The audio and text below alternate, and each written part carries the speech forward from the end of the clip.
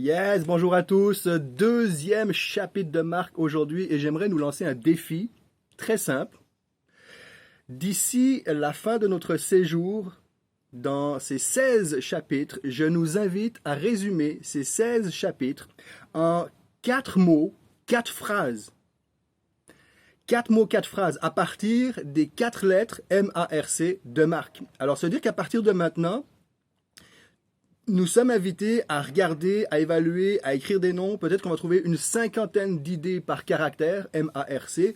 Mais d'ici la fin du chapitre, pas du chapitre, mais du livre de l'évangile de Marc, eh bien, on va être en mesure d'enlever, d'effacer, recommencer, peaufiner, etc. pour arriver à un résumé concis en 4 mots, 4 phrases sur ce que cet évangile représente pour nous, ou peut-être sur ce que Jésus représente pour toi à travers cet évangile-là. Donc, en 4 lettres. Résumons 4 chapitres. C'est le défi qui est lancé. Et ça commence hier matin. Eh oui, on a commencé hier matin.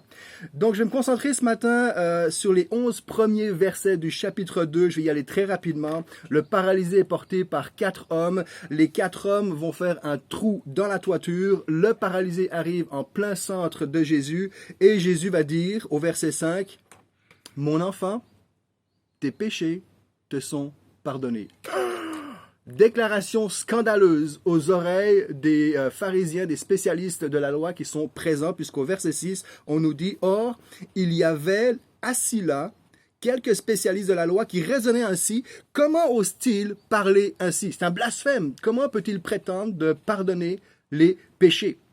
Scandale. Parenthèse. Hashtag frustration. Un jour, je vais faire un message qui s'appellera, qui se nommera « Les 5 il n'y a pas que Jésus a comblé ». Parce que lorsqu'on regarde dans l'Ancien Testament, on découvre qu'il y a 5 prérequis indispensables pour qu'il y ait pardon des péchés. Et dans cet événement-là, aucun de ces 5 prérequis sont présents. Mais Jésus va tous les combler. Ça va être l'objet d'un message plus tard. Je vais revenir et j'aimerais attirer notre attention sur un autre aspect. Vous le savez certainement déjà, mais à cette époque-là, premièrement, premier aspect, à cette époque-là, lorsque tu étais malade, infirme, ça équivalait au fait que tu avais un péché dans ta vie. Maladie égale péché, infirmité égale péché. Ça, la plupart d'entre nous le savons déjà. Et ce que l'on sait peut-être moins, c'est que lorsque quelqu'un, en l'occurrence notre paralytique ici, à cause de sa condition physique, était catégorisé, catalogué comme étant un pécheur, et à cause de cela, il n'avait aucun accès au temple, à la synagogue, parce qu'il était impur, aucun accès. Et là, c'est intéressant parce que les 4 porteurs vont être solidaires à cet homme, à leur ami. Ils ne vont pas considérer leur ami comme étant plus fautif qu'eux-mêmes. Ils vont être solidaires avec lui, ils vont l'amener aux pieds de Jésus. Quatrièmement, ça c'est vraiment fort, Jésus va pardonner avant de guérir. Il dit, tes péchés sont pardonnés, et c'est ensuite qu'on voit le paralytique être guéri. Pourquoi? Parce que l'évangile, la bonne nouvelle de Jésus, comme on a vu hier, la bonne nouvelle de Jésus consiste premièrement à pardonner, à effacer nos péchés avant de guérir nos paralysies. Et c'est ce que Jésus veut lancer comme message. C'est pour ça qu'il le pardonne avant de guérir. Deuxièmement, et là c'est vraiment, vraiment très fort, c'est qu'il est en train de dire, il est possible d'être malade et être pardonné. Et aujourd'hui encore, peut-être que tu fais partie de ces personnes-là qui ont entendu ce genre de commentaires-là. Tu es en arrêt, tu es en burn-out, tu es malade, et là, peut-être que tu as un péché dans ta vie, peut-être que tu as quelque chose à te reprocher. Il y a encore cette mentalité, cette conception de malade égale pécheur. Et Jésus est en train de dire ici à travers ce passage, je vais le pardonner, je vais le laisser il va être encore paralytique. Par là, il est en train de dire, il est paralysé, mais il est pardonné. Il est malade, mais il est aimé. Il est cloué au sol, mais il est accueilli dans ma présence. Tu es peut-être dans une situation d'arrêt de travail, de burn-out, de maladie. J'aimerais te dire, ce n'est pas forcément parce qu'il y a un péché particulier dans ta vie. Je pense que Jésus dit tout à ce moment-là.